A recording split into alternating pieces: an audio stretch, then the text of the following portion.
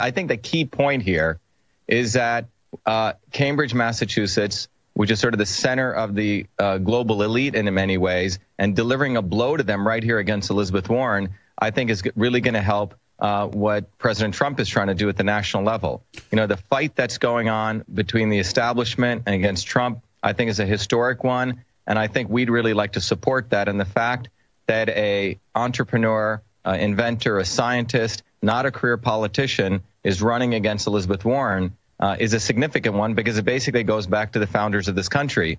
The founders of this country were not career politicians.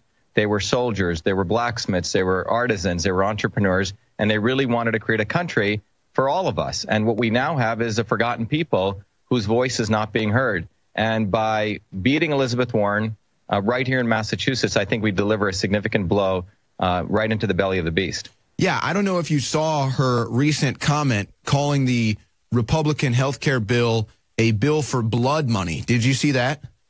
I saw that. You know, this woman has no solutions for anything.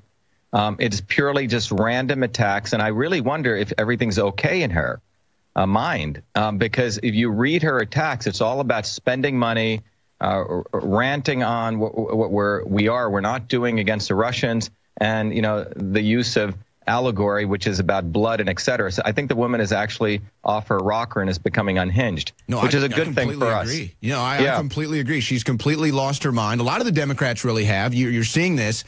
I don't know if that's fear of them losing their command post that they've never really had, or it's fear that maybe there's some justice that might be coming down on them.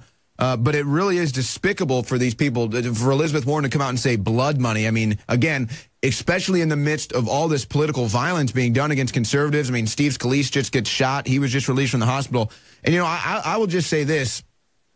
I really believe that, and I know that we discussed this, you were born outside of the country, but I believe that you would actually be president of the United States material. I mean, your resume, everything you've done, the views you have on this country, and to get you in to replace Warren would not just be getting a swamp creature out. I mean, I'm not just here to fluff your feathers. I think it would be great to get a mind like you in there, someone like you in there, an ideas person. I mean, for example, you know, I don't think Elizabeth Warren has the capability to offer her lab for science to anyone. Does Elizabeth Warren have a lab that she's going to run the testing on the GMOs at?